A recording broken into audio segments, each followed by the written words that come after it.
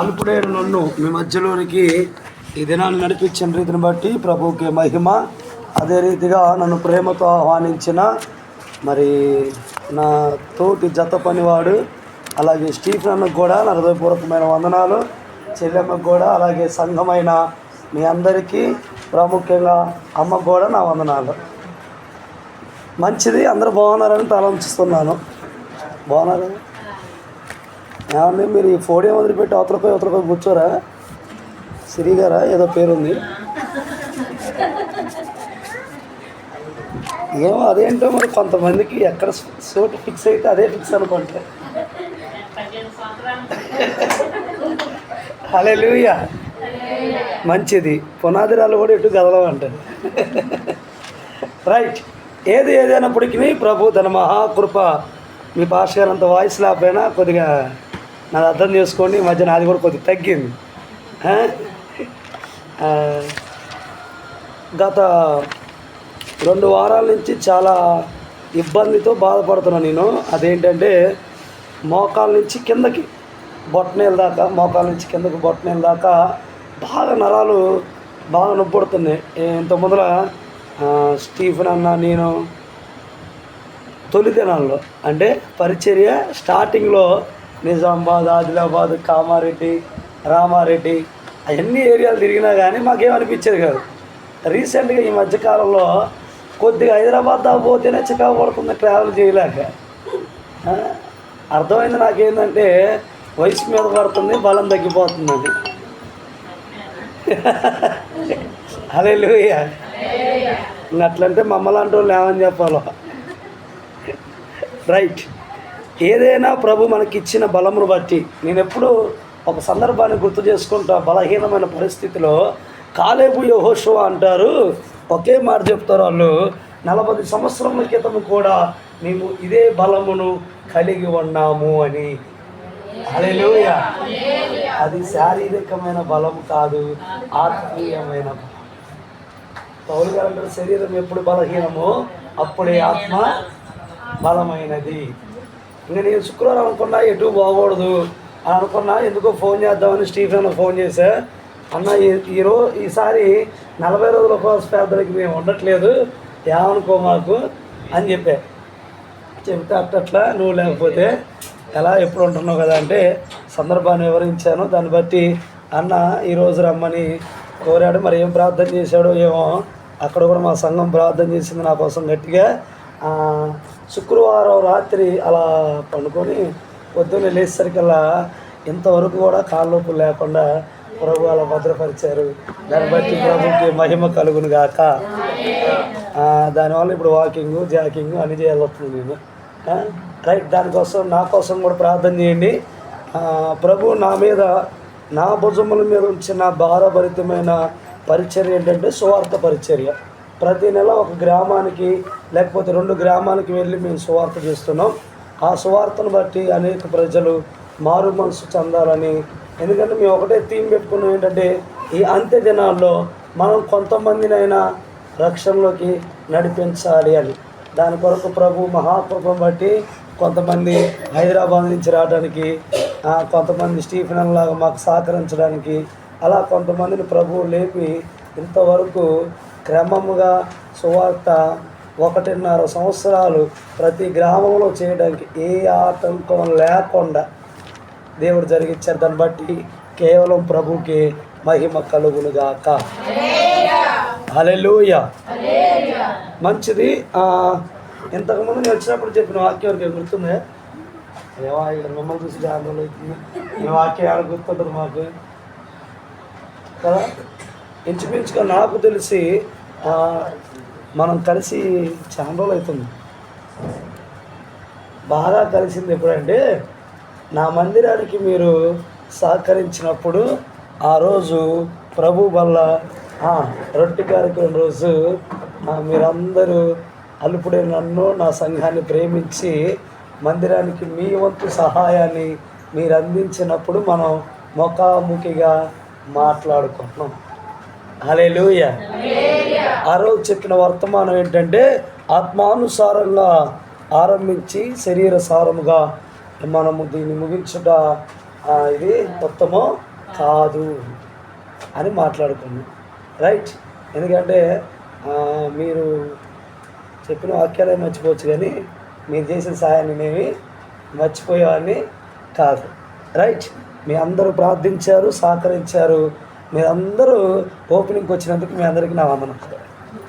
ఏ ఓపెనింగ్కి? నా చర్చి ఓపెనింగ్కి. అదేంటి మీ ఎక్కడ వచ్చింది అయ్యగారు అమ్మగారే అంటే అమ్మగారులు ఆడవాళ్ళందరినీ, అయ్యగారులు మగవాళ్ళందరినీ చూసుకోండి అని పంపించారు వాళ్ళిద్దరినీ. దాన్ని బట్టి మీ అందరికీ మా వందనాలు. దేవుని మహాకృప అనుకున్న దానికంటే అద్భుతంగా దేవుడు జరిగించాడు. ఇంచుమించుగా 800 మంది పైనే వచ్చారు. దాన్ని బట్టి ప్రభుకి మహిమ కలుగును గాక. అద్భుతం అంటే అద్భుతం కాదు. నా ఆశయం మీరు చూస్తే ఇంకా సంతోషపడేవాళ్ళు. యాకోబయ్య గారు ఎంత కష్టపడ్డారు. ఎట్లుంటుందంటే ఒక కొడుకుని కని వాడిని పెంచి వాడిని ఎదిగించినప్పుడు వాడు ఒక మంచి ప్రయోజకుడు అయినప్పుడు వాడిలో ఉన్న సంతోషాలు చూసినప్పుడు మనకు ఆనందం వేసిద్దా ఇదే? మీరే చెప్పాలి తల్లు. వేసిద్దా లేదా? అట్లనే ఒక సేవకుడు ఫలదీకరంగా మారినప్పుడు సంఘము చేసిన ప్రార్థన నిశ్చయముగా మీరు దాన్ని చూసినప్పుడే, దాన్ని మీరు అనుభవించినప్పుడే ప్రభువుకి మహిమ కలిగింది. హల్లెలూయా. రైట్. మంచిది. నాకు ఇచ్చిన సమయం కొద్దిగే కాబట్టి తొందరగా ముందుకెళ్దాం. రైట్. ఎబెసీ పత్రిక 4వ అధ్యాయం 15వ వచనం. ఎబెసీ పత్రిక 4వ అధ్యాయం 15వ వచనం. ప్రేమ కలిగి సత్యము చెప్పుచు క్రీస్తు వలె ఉండుటకు. చాలు, బాగా వినండి. ప్రేమ కలిగి, దయచేసి మాట్లాడండి. ఎందుకంటే నేను బొమ్మలకైతే ప్రసంగం చెప్పడానికి రాలేదు. బొమ్మలు అయితే లేవుగా. రైట్. ఇప్పుడు చెప్పండి. ప్రేమ కలిగి సత్యము చెప్పుచు. మీ పాతుల సంఘానికి ప్రేమ కలిగిన సంఘం అని నాకు తెలుసు. పూర్తిగా వినండి. మీరు ప్రేమను కలిగి, మీ అయ్యగారు సత్యాన్ని బాగా బోధిస్తారు. ఎందుకంటే ఆయన బైబుల్ కాలేజీలోనే నెంబర్ 1 విద్యార్థి. మాస్టర్లే 30 చెరువులు 3 చెరువులు నేను తాగించిన విద్యార్థి కాబట్టి ఆయన సత్యాన్ని మీకు బోధిస్తున్నారు. కాదు మీరు ప్రకటిస్తున్నారు లేదో నాకైతే తెలియదు. రైట్. ఒక్క విషయం అడుగుతా, చెప్పండి. ఇవాళ వచ్చినాయి కాబట్టి కొద్దిగా అడగడం కష్టం. ఇది 7 రోజులు అయింది కదా. పోనీ దేవుడు మంచి సంఖ్యలో నన్ను పంపించాడు. నాకు ఇష్టమైన సంఖ్యలోనే పంపించాడు. రైట్. బాగా వినండి. ఈ 6 రోజులు మీరు చేసిన ప్రార్థన ఫలించిందా లేదా అని ఎలా తెలుసుకుంటారు మీరు? కార్యాలు జరిగినప్పుడు. దేవుడు కూడా అంతే. ఆయన సృష్టించిన మనుషులు, లేకపోతే మనము పిలుచుకున్న మనము, ఎన్నిక చేయబడ్డ మనము మారామా లేదా అంటానికి కొన్ని సూచనలు వెతుకుతాడు మనలో ప్రభు. అదేంటంటే మొట్టమొదటి ప్రేమను కలిగి ఉండాలి.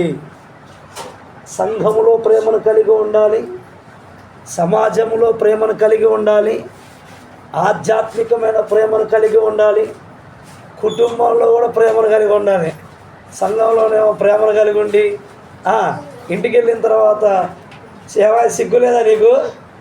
ఎప్పుడు తాగుతూనే ఉంటావు, తిరుగుతూనే ఉంటావు. అయ్యగారు పాపం కష్టపడి 40 రోజులు ఉపవాస ప్రార్థన పెట్టి వారానికి ఒక అయ్యగారిని పిలుస్తుంటే ఒక్కరోజైనా వచ్చినవా అని అడిగితే ఆయన రాడు. అర్థమైంది నా మాట మీకు? అట్ట అడిగితే ఎప్పుడు రాడు ఆయన. ఏమయ్యా ఒకసారి రారాదు, అయ్యగారు మంచి సేవకులు పిలుస్తున్నారు, మంచి వాక్యాన్ని చెప్తున్నారు, ఆ వాక్యాన్ని వినడానికైనా రా. ఈరోజు ఎంత మంచి వర్తమానము, నా హృదయానికి గాయము కట్టే విధంగా వర్తమానాన్ని ఈరోజు దైవజనులు మాట్లాడారు. నిజంగా దేవుడే దాన్ని మాట్లాడినట్లుగా నాకు అనిపించింది అని చెప్పు. ఎమ్మటే నెక్స్ట్ రోజే నీతో పాటు మీ శ్రీవారు కూడా ఉంటాడు. హల్లెలూయా. అసలు నన్ను అడుగుతా, భార్యాభర్తలు కలిసి మందిరంలో కూర్చోవడం అనేది ఒక సంతోషం. ఇందాక స్టీఫెన్ అంతా అంటున్నా నేను, అబ్బా మీకున్నంత అదృష్టం ఎవరికి ఉండదని కదా. ఎందుకంటే ఎప్పుడు కూడా బైబిల్ చెప్పిన మాట వాస్తవం. మనం ఎప్పుడు భార్యాభర్తలు దేవుని సన్నిధిలో ఉన్నప్పుడు ఖచ్చితంగా దా కృప మనని వెంబడించింది. హల్లెలూయా. ఈసారి ఒకవేళ ప్రభు చిత్తం అయితే నేను భూమి మీద ఉంటే మీరందరూ కూడా కలిసి ఉంటారు. అంటే రాకడ సమయం దగ్గరకు వచ్చేసింది. రాకెట్ల మీద రాకెట్లు ఎదుర్కొంటున్నారు, బాంబుల మీద బాంబులు వేసుకుంటున్నారు. ఎవరికి నిద్రలేసి అని బాంబు వదిలితే మన దేశం ఉండదో లేదో కూడా తెలియని పరిస్థితులు. అర్థమవుతుందమ్మా. ప్రశాంతంగా ఉన్నాం అనుకుంటున్నారు, మన వరదలు వచ్చినాయి. ఆమె ఏదో మా ఊరైతే సేఫ్గా ఉందిలే, కానీ మిగతా అన్ని ఊర్లు నిన్న కూడా ఇన్ని రోజుల తర్వాత కూడా నేను ఒక ఏరియాకి వెళ్తే మొత్తం రోడ్లు, బ్రిడ్జీలు, అంత వాతావరణం అంతా ఇంకా అసలుకి సెట్ కాని పరిస్థితిలో ఉంది. నాకు అనిపించింది అది చూసిన తర్వాత, ఖచ్చితంగా ఇది మాత్రం ఏదో ఉగ్రతకి సంకేతంలాగే అనిపించింది. ఒక బ్రిడ్జి ఇట్లా చేతితో తీసి పిల్లలు ఆడుకుంటారు చూసారా, బొమ్మ బ్రిడ్జిలు కడతారు, ఇట్లా చేతితో తీసి ఇట్లా ఇసిరేసినట్టే పోయింది పెద్ద బ్రిడ్జి. నాకు చూసి కళ్ళు బయలు, ఇదేంటి బాబు ఇంత పెద్ద బ్రిడ్జి మించి నేను పోతా ఉంటే ఎంత హైట్లో ఉంటుంది ఈ బ్రిడ్జి. ఇది ఒక్కరోజు 12 గంటల వ్యవధిలో వచ్చిన వాతావరణానికే ఆ బ్రిడ్జి లేచి అవతల పోయింది. ఇంకా చెప్పాలంటే ఆ రోదన మామూలు కాదు. మేము కొంతమందికి ఒక ఫౌండేషన్ తరపున మేము వాళ్ళని అడిగినప్పుడు వాళ్ళు మాకు కొద్ది డబ్బులు పంపించారు. ఇంచుమించుగా అలా ఇదే నేను రికార్డ్ చేసుకుని అక్కడ పెట్టమాకలే, కానీ ఒక ఫౌండేషన్ తరపున అడిగితే వాళ్ళు ఇంచుమించుగా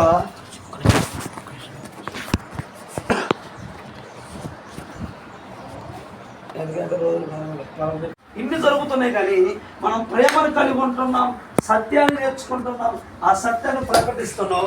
కానీ మనం ఎలాగా ఉండాలి చూడండి ఒకసారి. ఎలా ఉండాలి చెప్పలే, ఇప్పుడు అక్కడే ఉంది. ప్రేమ కలిగి సత్యము చెప్పుచు ఉన్నారా క్రీస్తు వలె అన్న చేతులు ఎత్తండి ఒకసారి. మీరందరూ ఉత్తములండి చేతులు ఎత్తిన వాళ్ళు. లాస్ట్ దాకా అది కాపాడుకోండి, నేను వాక్యం చెప్పిన దాకా. రైట్, చూడండి ఒకసారి. మత్తయి సువార్త 2వ అధ్యాయం 13వ వచనం. మీరు కరెక్ట్గా క్రీస్తు వలె ఉన్నారా? తరువాత ఇదిగో ప్రభువు దూత స్వప్నమందు యోసేపునకు ప్రత్యక్షమై హేరోదు ఆ శిశువును సంహరింపవలనని ఆయనను వెతకబోచున్నాడు కనుక. చాలు, బాగా గమనించండి. యేసు ప్రభు వలె ఉన్నామనగా చేతులు ఎత్తేస్తున్నారు. యేసు ప్రభు పడ్డ శ్రమను మనం అనుభవించగలగాలి. ఎలాంటి శ్రమ యేసు ప్రభు అనుభవించాడు అంటే, యేసు ప్రభు కన్యకైన మరియా గర్భములో ఆయన పిండంగా రూపించబడిన సమయములో కూడా శ్రమ అనుభవించారు. అలాగే ఆయన బయటికి వచ్చిన సమయంలో కూడా ఆయన శ్రమను అనుభవించాడు. హల్లెలూయా.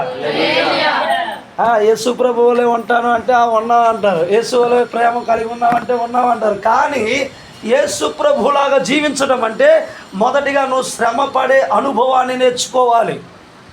యేసు ప్రభు ఎప్పుడు శ్రమ పడ్డాడు? 33.5 సంవత్సరంలో పడిన శ్రమ కాదు. ఆయన స్టార్టింగ్ పసి ప్రాయునిగా, ఇంకా చెప్పాలంటే పిండంగా ఉన్నప్పుడే ఆయన శ్రమను అనుభవించాడు.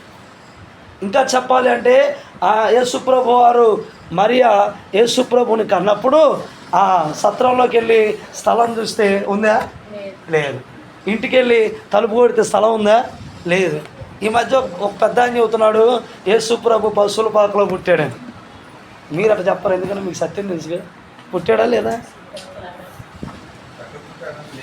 ఎక్కడ పుట్టాడో తెలియదు. అమ్మయ్య పోనీలే, మీకు చెప్పాక మీకు సత్యం తెలుసని.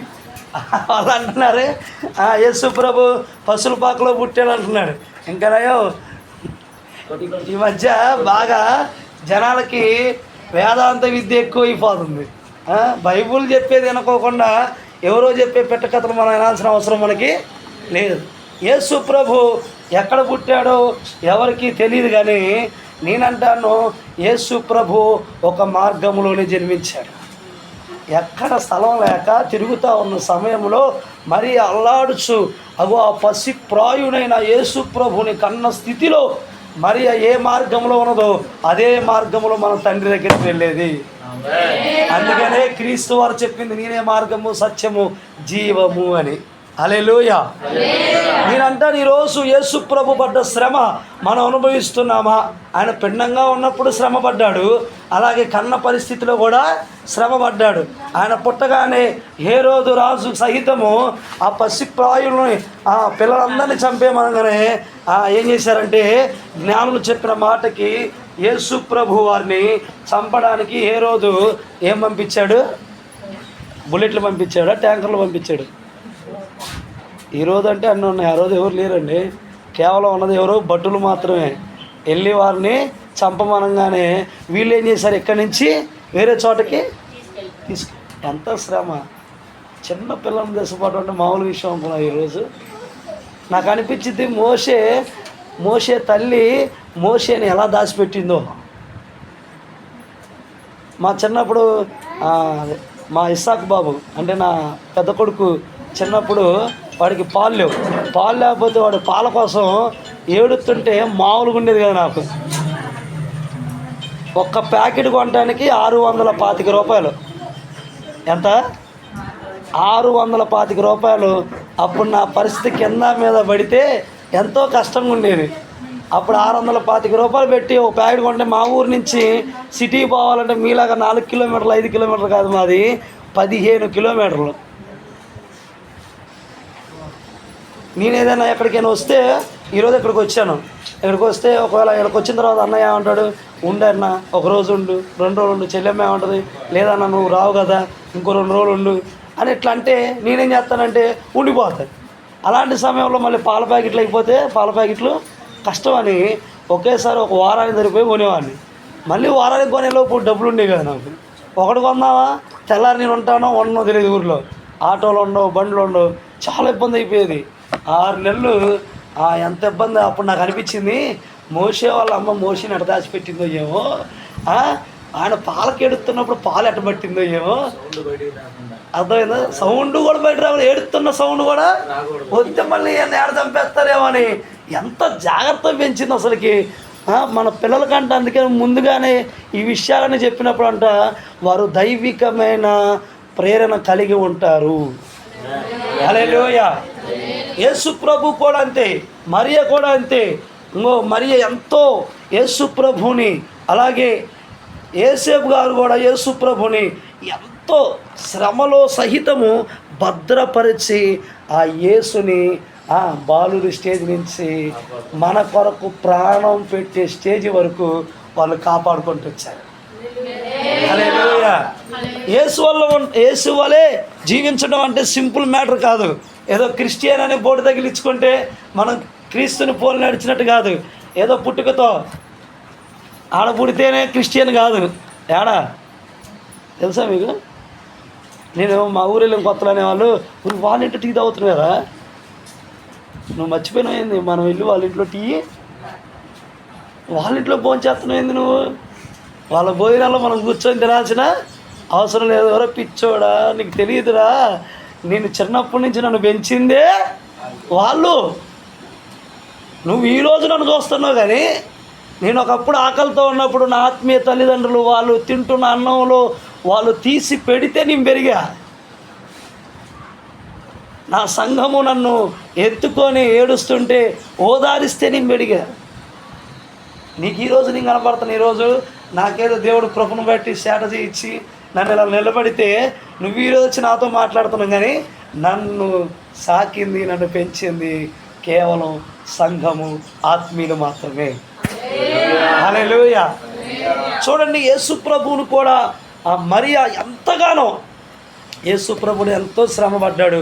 ఆ శ్రమ మనం అనుభవించాలి, మాటలతో కాదు, మన ఆధ్యాత్మికమైన జీవితంలో మనం అనుభవించగలాలి. అంటే అయ్యా మేము పసిపిల్లగాలుగా మారిపోమంటావా, మళ్ళీ మా అమ్మ కడుపులోకి వెళ్ళిపోమంటావా అని ఆయన ఎవరు అడిగిండుగా యేసు ప్రభుని. అట్టడగమాకండి నన్ను, అర్థమైందా? ఆధ్యాత్మికమైన స్థితిలో మనం పసిపిల్లల శ్రమ ఎలాగుంటుందో అలాంటి శ్రమను మనం అనుభవించాలి. మీకు ఉదాహరణ చెప్తాం. మనం పసిపిల్లగా ఎట్ట మారుతామంటే, ఆది కాండంలో ఒక మాట ఉంటుంది, జలముల మీద ఆత్మ అల్లాడుచున్నది అంటాడు. అంటే ఈ ఉపవాస ప్రార్థనలో నీవు జలముల మీద ఆత్మ అల్లాడినట్టుగా, పసిపిల్లవాడు ఎలా అల్లాడుతాడో తన తల్లి పాల కొరకు, అలా నీవు శ్రమను అనుభవిస్తున్న నీవు ఈ 40 దినములు మందిరములో అలాగో విలపించి అల్లాడాలి. హల్లెలూయా. అప్పుడు ఆత్మ అల్లాడినప్పుడు దేవుడు దాన్ని సృష్టించుటకు మొదలుపెట్టాడు. నువ్వు ఇక్కడ అల్లాడినప్పుడే కార్యమునకు మొదలైపోద్ది. హల్లెలూయా. అల్లాడంది నువ్వేమీ చూడలేవు. అర్థమవుతుందా? పిల్లోడు అల్లాడకపోతే మనం ఎందుకు వెళ్ళి పాలెత్తాం? మన పని మనం చూసుకుంటాం. అర్థమవుతుందా నా మాట? యేసు ప్రభు గర్భంలో ఉన్నప్పుడు శ్రమ పడ్డాడు, అలాగే పశుప్రాయునిగా ఉన్నప్పుడు శ్రమ పడ్డాడు. చూడండి ఇంకొక మాట త్వరగా, యోహాను సువార్త 8వ అధ్యాయం 59వ వచనం. యోహాను సువార్త 8వ అధ్యాయం 59వ వచనం. కాబట్టి వారు ఆయన మీద రువ్వుటకు రాళ్ళు ఎత్తిరి, కానీ యేసు తాగి దేవాలయంలో నుండి బయటకు వెళ్ళిపోయాడు. ఏంటంట? ఆయన మీద యేసు ప్రభు మీదకి ఏం చేశారంట? రాళ్ళు రువ్వడానికి ఎత్తారు. ఆగండి. మీ మీదకి ఎవరైనా రాళ్ళు ఎత్తారా? మరి ఎందుకమ్మా యేసు ప్రభులాగా ఉన్నామని చెబుతారు? అదేంటి గారు, మొన్న గొడవలకి వెళ్తే మా మీద రాళ్ళు వేసారు.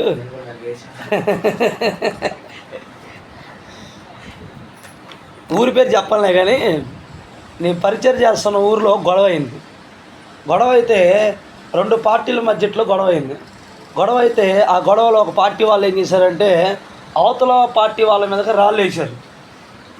రాళ్ళు వేస్తే అది పాపం ఒక అబ్బాయినే టార్గెట్ చేసేసరికల్లా ఆ అబ్బాయి తలకి కాళ్ళకి అన్నిటికి తగిలి రాయి ఆ అబ్బాయి చచ్చిపోతే ఒక వారం రోజులు 144 సెక్షన్ వేసి అంత గొడవలు ఆడ. అర్థమవుతుందా మీకు? రాళ్ళు రోటం అంటే చిన్న సమస్య అనుకుంటున్నారా? స్టెఫన్ రాళ్ళతో కొట్టారంటే మీరు అసలు ఎప్పుడైనా ఊహించారా? అసలు ఆయన ఎంత బాధపడి ఉంటాడు, ఎంత వేదన పడి ఉంటాడు. ఒక్కొక్క రాయి తగులుతున్నప్పుడు ఆయన పరిస్థితి ఎలా ఉంటుంది, ఒక్కొక్క రాయి తగులుతున్నప్పుడు తలకు తగులుతున్నప్పుడు ఎంత నెత్తురు గారిద్ది. ఆ నెత్తురు కారుతున్న సమయంలో కూడా స్టెఫన్ మోకరించి ప్రభువా వీరేవి చేస్తున్నారు వీరికి. బాబా ఎంత ఆత్మీయ స్థితిలో మనం ఉన్నా కానీ, ఎన్ని చదివినా కానీ అవి మర్చిపోతాం. మనం రాళ్ళు వేసే పరిస్థితికి వస్తే మనమే రాళ్ళేస్తాం. వాళ్ళు వేద్దామనే ఆలోచన వస్తే మనం వేసేస్తాం కూడా ఈలోపు. అసలు వాడి ఆలోచన ఎరిగిన వాళ్ళం మనం, యేసు మనసు ఎరిగిన వాళ్ళం కాదు. మనం మన పగవాడి ఆలోచన ఎరిగిన వాళ్ళం. వాడే అనేలోపే మనం ఏం చేస్తామంటే రాయి తీసుకొచ్చేస్తాం కూడా. కానీ ప్రభువారంట ఆ వయసులో కూడా, యవ్వన వయసులో కూడా రాయి విసరడానికి వచ్చిన యేసు ప్రభువారు శ్రమ అనుభవించాడే కానీ ఎదురు మాట్లాడలే. హల్లెలూయా. యేసు ప్రభు కోపం లేదా? యేసు ప్రభు కోపం ఉందా లేదా? ఎందుకులే, ఉంది, కావాల్సినంత ఉంది. అందుకనే కదా దేవాలయాన్ని మొత్తం అందరినీ అన్నీ పడేసి, బల్లాలన్నీ పడేసి అందరినీ కొలతో కొట్టి బయటికి నెట్టి శుభ్రం చేసేదాకా నిద్రపోవాలి. అంటే యేసుప్రభు కోపం ఉంది, కానీ అది ఆధ్యాత్మికమైన కోపమే. హల్లెలూయా. అతని చెప్పింటివే అరిచారు గట్టిగా. ఆధ్యాత్మికమైన కోపం అంటే దేవుని సన్నిధిని, దేవుని ఇల్లుని, దేవుని ప్రజల్ని, దేవుని పనిని, దేవుని వాక్యాన్ని వ్యతిరేకంగా రూపింపబడుతున్నప్పుడు నీ కోపం రెట్టింపైనా తప్పు లేదు, కానీ నీవు శారీరకంగా మాత్రం కోపపడాల్సిన అవసరం లేదు ఈ రోజుల్లో. హల్లెలూయా. మరలా చెప్తున్నాను, మనం ఇప్పుడు క్రీస్తుని పోలి నడవాల్సిన పని, క్రీస్తుని మనం అంగీకరించిన మనము క్రీస్తుని మనలో జీవించేటట్లు చూసుకోవాల్సిన రోజులు ఇవి. ఇన్ని రోజులు ఏమంటారంటే దిద్దుబాటు సమయం అని. కాదు కాదు, ఇంకా మనం వెళ్ళే సమయం వచ్చేసింది, మన రాకడ వచ్చేసింది. మన రాకడ ప్రభు రాకడ మనం మాట్లాడరే. ప్రభు రాకడ వచ్చేసింది, మన పోకడ వచ్చేసింది. ఆయన మేఘం మీద రావటం, మనం మేఘం మీద ఎక్కటం, ఇవన్నీ జరగాలంటే నీవు క్రీస్తు వలె జీవించాలి. క్రీస్తు శ్రమను అనుభవించినట్లు నీవు శ్రమను అనుభవించగలగాలి. అది దేవుని పని కొరకు. హల్లెలూయా. భలేవారు, నేను ఈ శ్రమను ఎందుకు అనుభవించను? పొద్దున్నే షాప్కి వెళ్తా, మంచి షాప్ అంతా ఊడుస్తా. మీరు షాప్కి వెళ్ళే వాళ్ళు ఉన్నారా? అంటే కొట్లో పనిచేసే వాళ్ళు ఉన్నారా? మీరందరూ బేల్లేరు పని చేసేవాళ్ళ, అదే సుతారు పని చేస్తారా? అందరూ వర్కర్సా? పొలం పని చేస్తారు. ఓకే. పొద్దున్నే పొలం వెళ్ళానండి, నీళ్లు పెట్టానండి, మొత్తం పాడు తీసానండి, మొత్తం చెత్త మొత్తం మీకేసానండి. ఎంత కష్టపడినో, ఎంత శ్రమ పడినా అనుకుంటే అది దేవునికి శ్రమ కాదు. అది నీ కొరకు, నీ కుటుంబం కొరకు నువ్వు పడే శ్రమ. అది దేవుని కొరకు నువ్వు పడే శ్రమలో ఉన్నది తెలుసా? నువ్వు ఉదయం లేచిన నాటి నుంచి, ఉదయం లేచిన సమయం నుంచి నువ్వు నిద్రించే సమయం వరకు దేవుని కొరకు నీ ఆత్మ తప్పించాలి. ఎవరికి నేను సువార్త చెప్పేదనా, ఎవరికి నేను సాక్ష్యము చెప్పేదనా, ఎవరికి నా సంఘము గురించి, నా సంఘములో జరుగుతున్న ప్రతి పనిని గురించి వారికి తెలియపరచదనా? నా సంఘములో నా వలె నా స్నేహితుడు ఉండాలి, నా వలె నా బంధువు ఉండాలి, నా వలె నా స్నేహితుడు బంధువు కూడా ఉండాలి. అలా నువ్వు తపన పడినప్పుడే అది దేవుని కొరకు నువ్వు పని చేసినట్లు. హల్లెలూయా. నేను అంటాను, ఇన్ని రోజులు ఉపవాస ప్రార్థన చేస్తున్న మీరు, ఇన్ని సంవత్సరాలు ఉపవాస ప్రార్థన చేస్తున్న నీవు ఎంతమందిని కన్నావు? సేవకుడు కూడా బాధ్యత నేను తెలుసా? ఒక విశ్వాసిని ఒక శిష్యునిగా చేయటం సేవకుడి ధర్మం. ఒక విశ్వాసిని తయారు చేయగలగాలి. అదే పాస్టర్ గారు చెప్పాడు. ఏమంటారు తెలుసు, ఈ రోజుల్లో సందా కోసం, దశంభాగం కోసం మన సౌండ్ పార్టీ కదా, అందుకే మనకు వచ్చి సువార్త చెబుతున్నాడు అని చెప్తారు. అదే నువ్వు వెళ్ళి చెప్పావు అనుకో, వాడు ఖచ్చితంగా ఏడుంటాడు. హల్లెలూయా. ఎందుకంటే నేను అనుభవించాను కాబట్టి, దాని మాధుర్యం నాకు తెలుసు కాబట్టి మీకు చెప్పగలుగుతున్నాను. హల్లెలూయా. నువ్వు అలా తప్పించినప్పుడు, నువ్వు అలా కన్నప్పుడే దాని విలువ నీకు అర్థమైద్ది. ఇంకో విషయం, కొంతమంది అనుకుంటారంటే ఒక వ్యక్తిని మందిరాన్ని తీసుకొచ్చి వదిలిపెడితే చాలు, ఇంకా అంతా పాస్టర్ గారు చూసుకుంటే నాకేం పని, వాడు 4 రోజులు వస్తాను 4 రోజులతో అవుతాడు రాడు. ఇంకా అప్పుడేం చేయాలి తెలుసా? ఆ వ్యక్తిని మరలా మనం ఏం చేయాలంటే ఈ శ్రమ అనుభవాన్ని వానికి మాధుర్యంగా తెలియపరుస్తూ మరలా వాడిని నడిపించగలగాలి. హల్లెలూయా. పోతే పోయాళ్ళ, వీడు ఎక్కడ కలిసిపోతే మనకెందుకు, వీడు వస్తే రాకపోతే మనకెందుకు, మన భక్తి మంది, మన సాధకం మనం చేసుకోవాలనుకుంటే కాదు. ప్రభు నేను అస్సలు క్షమించడు ఆ విషయంలో. నువ్వు పర్ఫెక్ట్గా ఉండాలి అంటే నీతో ఉన్న వాళ్ళందరూ పర్ఫెక్ట్గా ఉండేటట్టు చూసుకోగలిగితేనే నువ్వు అసలైన సిసలైన క్రీస్తు అనుభవించిన, శ్రమను అనుభవించిన ఒక క్రీస్తు వలె నువ్వు మారినట్టు. హల్లెలూయా. చూడండి ఇంకో మాట, యోహాను సువార్త 10వ అధ్యాయం 31వ వచనం.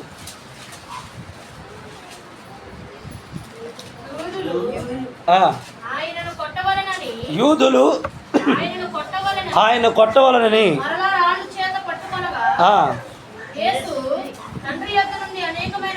చాలు, తర్వాత మీరు చదువుకోండి, టైం లేదు, అయిపోయింది, ఇంకా 2 నిమిషాలే ఉంది. ఏంటంట?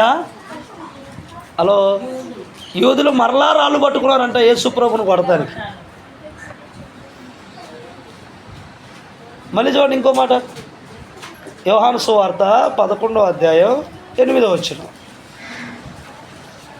ఆయన శిష్యులు బోధకుడా, ఇప్పుడే యూదులు నిన్ను రాళ్లతో కొట్టచూచుచుండిరే. ఏంటయ్యా బాబు, యేసు ప్రభు ఎక్కడికి వెళ్ళారు? రాళ్లతో కొట్టేట్టే ఉన్నారు. చదువు. తిరిగి వెళ్ళదు అని ఆయన అడిగింది. అందుకు యేసు, పగలు 12 గంటలు ఉన్నవి కదా. చాలు. ఏంటంట? మనమైతే రాళ్ళు కొట్టే వాళ్ళ ఇంటికి పోతామా? మన మీద రాళ్ళు వేసి కొట్టేవాళ్ళు, వాళ్ళు రాళ్ళు కొట్టేవాళ్ళు కాదు. మా ఫ్రెండ్ ఒకడు ఉన్నాడు కామారెడ్డి దగ్గర, నేను స్టీఫెన్ వెళ్ళాం ఆ ఊర్లో సువార్త చెప్పడానికి. భలే కఠినమైన ఊర్లు అయ్యి. సువార్త చెప్పడానికి కూడా ఒకసారి అన్నయ్య వచ్చినప్పుడు అనుకుంటా మేము సువార్త చేస్తుంటే 10-15 మంది వచ్చారు మమ్మల్ని ఆపడానికి కర్రలు పట్టుకోండి. కానీ దేవుని మహాకృప అక్కడ ప్రార్థన పెడతానికి దేవుడు అవకాశాన్ని ఇచ్చాడు. హల్లెలూయా. ఆ రోజులు చాలా అద్భుతంగా ఉంటాయి కదా. రాళ్ళు కొట్టేవాళ్ళు కాదు, మన్ని రాళ్ళేసి కొట్టేవాళ్ళు ఉన్న ప్రదేశానికి మనం వెళ్తామా? కనీసం ఈరోజు మన మొహం చూసి పాడుగా ఇది వచ్చింది ఇంద్ర మన ఇంటికి అనే వాళ్ళ ఇంటికి కూడా పోము, మనం వెళ్తామా? ఎందుకంటే మనకు అది అర్థమైపోయింది చెప్పకుండా వీళ్ళకి. మనకి ఎంత ప్రెస్టేజో, ఇంట్లో ప్రెస్టేజ్ కుక్కర్ లేకపోయినా మళ్ళా మాత్రం ప్రెస్టేజ్ ఉంటుంది. మీకు ఒక చిన్న విషయం చెప్తా, ఎప్పుడైనా గుర్తుపెట్టుకోండి, మన అవమానించిన వానికి ఇంటికి వెళ్ళినప్పుడే దేవుని నామం మహిమపరచబడేది. మనం ప్రేమించే వాని ఇంటికంటే మనం అవమానించిన వాని ఇంటికి వెళ్ళినప్పుడే, మనం వెళ్ళిన ప్రతిసారి మనతో ప్రభువు కూడా ఉంటాడు, ప్రభు ఆ ఇంటిని దర్శిస్తాడు. హల్లెలూయా. ఇంకో విషయం చెప్తే మీరు గుర్తుపెట్టుకోండి, మా అమ్మ మా చర్చిలో ఉదయకాలం ప్రార్థన జరిగే జగ్గేపేటలో మేము విశ్వాసగా ఉన్నప్పుడు పొద్దున పూట 6 గంటల నుంచి 5:30 నుంచి 6:30 ఒక గంట సేపు జరిగిద్ది. అయితే దాని కొరకు మా ఇంటి దగ్గరలో ఒక ఫ్యామిలీ ఉంది, స్టీఫెన్ బాగా తెలిసి, వాళ్ళకి 3 అమ్మాయిలు. అయితే వాళ్ళ ఇంటికి ఎవరు పోరు పిలవడానికి. మా అమ్మ చివరి ఎక్కడ ఉంటుంది వాళ్ళ ఇల్లు, చీకట్లో లైట్లు ఉండవు ఏమన్నా, అంత చీకట్లో పోయి 5 పోయి వాళ్ళని ప్రార్థన పిలిచేది. చాలామంది అనేవాళ్ళు, నీకు ఎందుకమ్మా ఇంత దూరం వచ్చి వాళ్ళని పిలవటం అంత అవసరం నీకు? ఈరోజు వాళ్ళ కుటుంబంలో అందరూ బాప్తీసం ఉంది.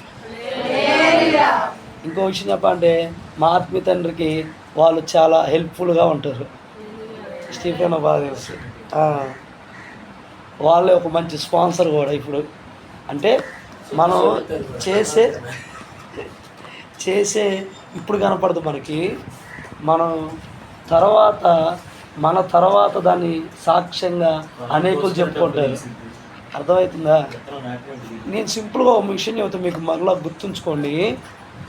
నెక్స్ట్ జనరేషన్లో మీ కథ ఏమై ఉందో ప్రాముఖ్యత. అంటే ఇప్పుడు స్టీఫెన్ వాళ్ళ అబ్బాయి, స్టీఫెన్ గురించి ఏమని చెప్పాలంటే, మా నాన్న మంచి సేవకుడు, ఆయన ఎక్కడికి వెళ్ళినా మంచి వర్త, ఆయన ఎక్కడికి వెళ్ళినా ప్రజలందరిలో కలిసిపోయి ఉంటాడు, ఆయన ప్రసంగం చెప్పినప్పుడు అనేక హృదయాలు కదిలిని అని వాళ్ళ అబ్బాయి చెప్తాడు సాక్ష్యం. నెక్స్ట్ జనరేషన్లో జోసఫ్ గురించి వాళ్ళ అబ్బాయి చెప్పాలి, ఏమని చెబుతాడు? అర్థమవుతుందా? నేను చెప్పే మీకు అర్థమైందా? ఈరోజు మా నాన్న గురించి నేను చెప్పుకుంటున్నా, మా నాన్న అప్పులు చేయబట్టే నేను ఈరోజు సేవలో ఉన్నా. అదేంటి అయ్యారంటే, ఆయన చేయకపోతే నేను కూడా మంచి చదువుకునేవాడిని, మా వాళ్ళంతా సాఫ్ట్వేర్లో, నేను కూడా సాఫ్ట్వేర్ అయ్యేవాడినేమో. అర్థమవుతుంది అన్నమాట మీకు? దానివల్ల ప్రయోజనం ఏమీ లేదు. నా ఇల్లు నేను కట్టుకునేవాడిని, నేను కూడా హైదరాబాద్లో ఇల్లు కొనుక్కుంటే ఈరోజు హైదరాబాద్లో కూర్చోవాలి, అట్లుండేది. అర్థమవుతుందా? దానివల్ల ప్రయోజనం ఏమీ లేదు. మా నాన్న అప్పులు చేయడం వల్లే మా అమ్మ ప్రభువుని నమ్ముకుంది, మేము కూడా మమ్మల్ని బట్టి ప్రభువుని నమ్ముకున్నాం. మా నాన్న విషయంలో మా నాన్నగారిని దేవుడు బతికిస్తే దాన్ని చూసి ఇంత గొప్ప దేవుడు ఎక్కడా లేడని ఈరోజు వరకు నా ప్రాణం పోయినా ప్రభువుని విడిచిపెట్టిన నమ్మకంతోనే ఎన్ని కష్టాలు వచ్చినా, శ్రమలు వచ్చినా, అవమానం వచ్చినా, నిందొచ్చినా, భారభరితంగా అనిపించినా కానీ ప్రభు సేవని సంతోషంగా చేయడానికి కారణం ఏంటంటే, యేసు మన కొరకు శ్రమ పడ్డాడు. హల్లెలూయా. సింపుల్గా ఒక మాట చదువుతా, ఈ మాట చదివితే చెప్పేస్తా, ఇంకా మనం ముగించుకుందాం. లూకాసు సువార్త 4వ అధ్యాయం 29వ వచనం 30వ వచనం. లూకాసు సువార్త ఆగ్రహంతో నిండుకొని లేచి ఆయన పట్టణం నుండి వెళ్ళగొట్టి ఆయన తలకిందుగా పడద్రోయవలనని తమ పట్టణం కట్టబడిన కొండపేట వరకు ఆయన తీసుకొని పోయి. ఆగండి బాగా విన్నారా? ఆడెవరు రాళ్ళతో కొట్టాలనుకున్నారు, ఎక్కడ ఎంజాయ్ చేయాలనుకున్నారు? తలకిందుగా పడద్రోసి యేసు ప్రభుని ఊరు వెలుపలకు తీసుకొని పోయి ఒక కొండ మీద నుంచి తల కిందలుగా ఆయన నెట్టి చంపేద్దామని ఫిక్స్ అయ్యారు జనాలందరూ. అక్కడికి యేసు ప్రభు అక్కడికి కూడా వెళ్ళాడు. ఎందుకో తెలుసా? ఆ పాపి అయిన మనుషులను మార్చడానికి ప్రభు అక్కడికి వెళ్తేనే వాడు పవిత్రుడిగా మార్చబడేది. మరలా చెప్తున్నాను, ఈ మనిషి కొరకు ప్రభు రావడానికి కారణం ఏంటంటే ఈ మనిషి పవిత్రునిగాను పరిశుద్ధునిగాను కన్యకగా మార్చబడడానికి ప్రభువారు భూమి మీదకి మన కొరకు తిరిగి వచ్చాడు. ఆయన శ్రమ పడినది. పశుప్రాయుడిగా ఉన్నప్పుడు శ్రమ పడ్డాడు, యవన వయసులో శ్రమ పడ్డాడు, ఆఖరిగా తన యవన వయసులో 33.5 సంవత్సరాల సమయములో మన కొరకు కలువరి శిలువలో రక్తం కార్చే అంత శ్రమ, ప్రాణం పెట్టే అంత శ్రమ పడింది ప్రభు. ఎందుకో తెలుసా? నీవు నేను, నీ కుటుంబం నా కుటుంబం, నీ సంఘం నా సంఘం వధువు సంఘములో చేర్చబడడానికి. హల్లెలూయా. మంచి పాత పాట ఒకటి ఉంటుంది. ఏంటిది?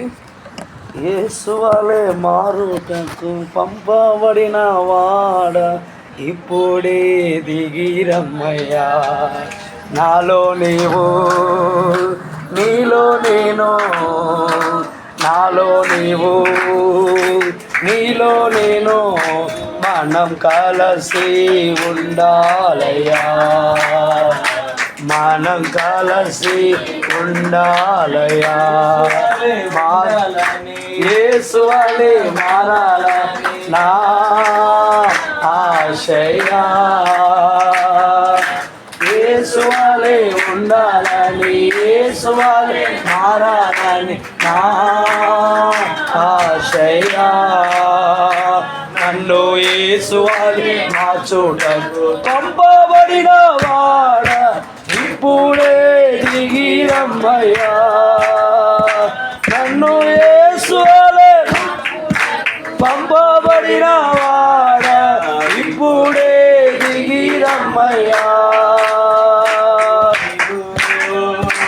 నీలో నేను నాలో నీవు, నీలో నేను, మనం కలిసి ఉండాలయ్యా, మనం కలిసి ఉండాలయ్యా. హల్లెలూయా. వాడు కూడా బాగానే ఉంటుంది కదా. అయితే మనం క్రీస్తు వల్ల మారటం చాలా ప్రాముఖ్యత.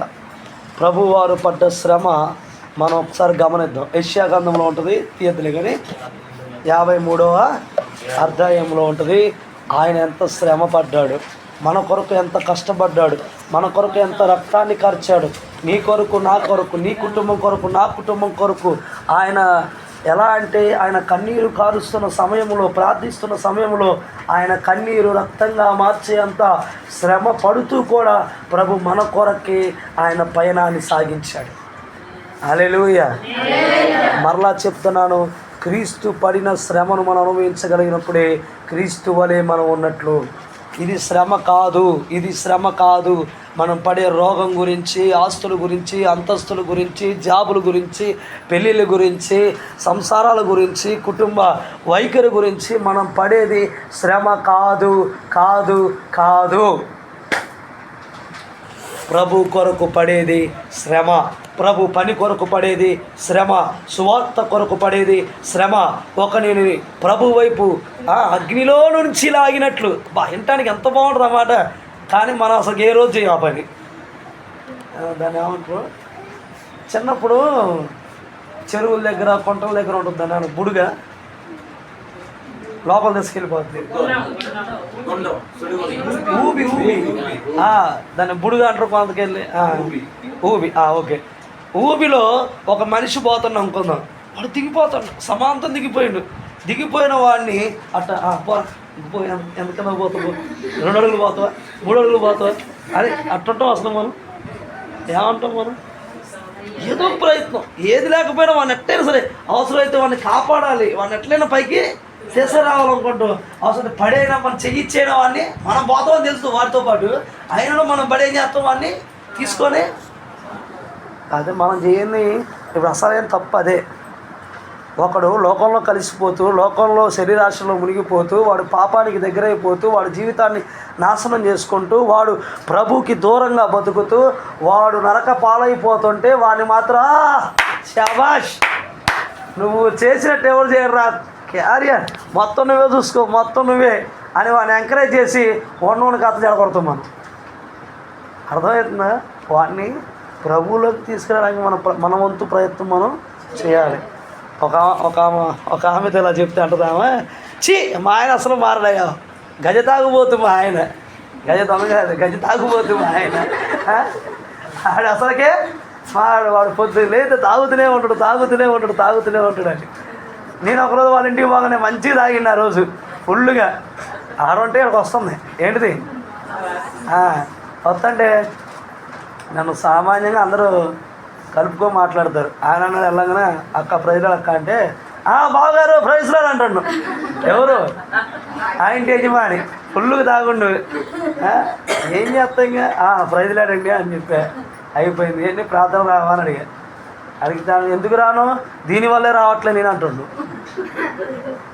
ఇదేంటే ఆమెమో మాకు ప్రార్థన చేయమని చెప్పింది, నువ్వేమో దీనివల్లే నేను ప్రార్థనకి రావట్లే అంటూ. మరి ఆదివారం రావచ్చుగా, డ్రమ్ము బాగా కొడతాడు ఆయన.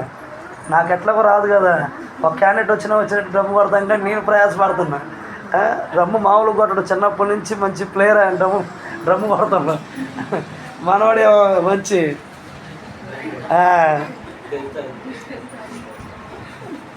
రండి మీరు వచ్చి డ్రమ్ము కొట్టండి మందిరంలో, నేను పాట పాడుతున్నప్పుడు డ్రమ్ము కొట్టే వాళ్ళు ఎవరు లేక నాకు ఇబ్బంది అవుతుంది, మీరు రండి అన్న అంటే వస్తాలే బాగారు అన్నాడు. అలాగే ఏదో ఒకటి అన్నం బాగారు ఏదో ఒకటి, నువ్వు మందిరానికి రాయ్యా అంటే ఒక వారం వచ్చిండు, మంచిగా డ్రమ్ము కొట్టిండు.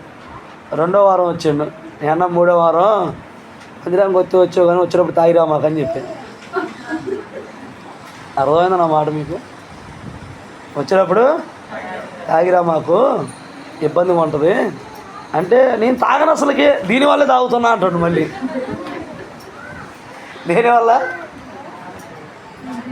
దానివల్ల అంటే బైబిల్ వల్ల అనుకునేరు, భార్య వల్ల.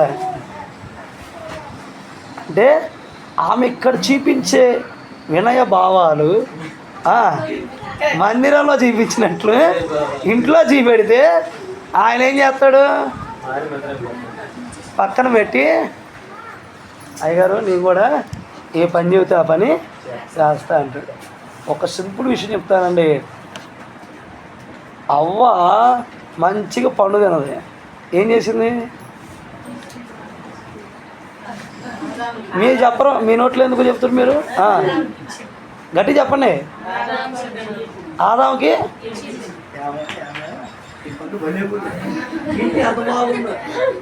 పిచ్చిమోహా యేసుప్రభు తండ్రి దేవుడు చెప్పాడుగా మనం తినొద్దనంటే లేదు లేదు ఇది చాలా మాటలతో మాయ చేసి పండు పెట్టింది అంటే అర్థమైందా? అంటే అంతా మీ దగ్గరే ఉంటుంది. ఎవరి దగ్గర? దైవభక్తిగా కలిగిన స్త్రీ దగ్గర, దైవభక్తి కలిగిన పురుషుని దగ్గర ఉంటుంది. మీరు వెళ్ళి ఇంటి దగ్గర పండు మంచిగా పెట్టాలి, పళ్ళు ఎరగొట్టేటట్టు చేస్తే కష్టం. అర్థమైందా? మీరు పండు మంచిగా పెడితే ఇక్కడికి వచ్చాక పండు అవుతుంది, ప్రథమ ఫలంగా మిగిలిపోద్ది. మీరు ఈ పండు పెట్టకుండా పళ్ళు కొరికితే పళ్ళు కూడా పీకితే కష్టం. ఆడవాళ్ళేమో పళ్ళు కొరుకుతారు, మగవాళ్ళేమో పళ్ళు ఎరగొడతారు. అందుకని అసలు పండు రాకుండా పోద్ది. మందిరంలో ఎప్పుడు ఈ పిచ్చి పళ్ళే ఉంటాయి.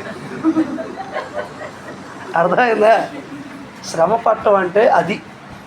క్రీస్తు వలె శ్రమ పట్టడం అంటే ఆయన తండ్రి పని నిమిత్తం వచ్చాడు కనుక ఆ పని కొరకే శ్రమ పడ్డాడు.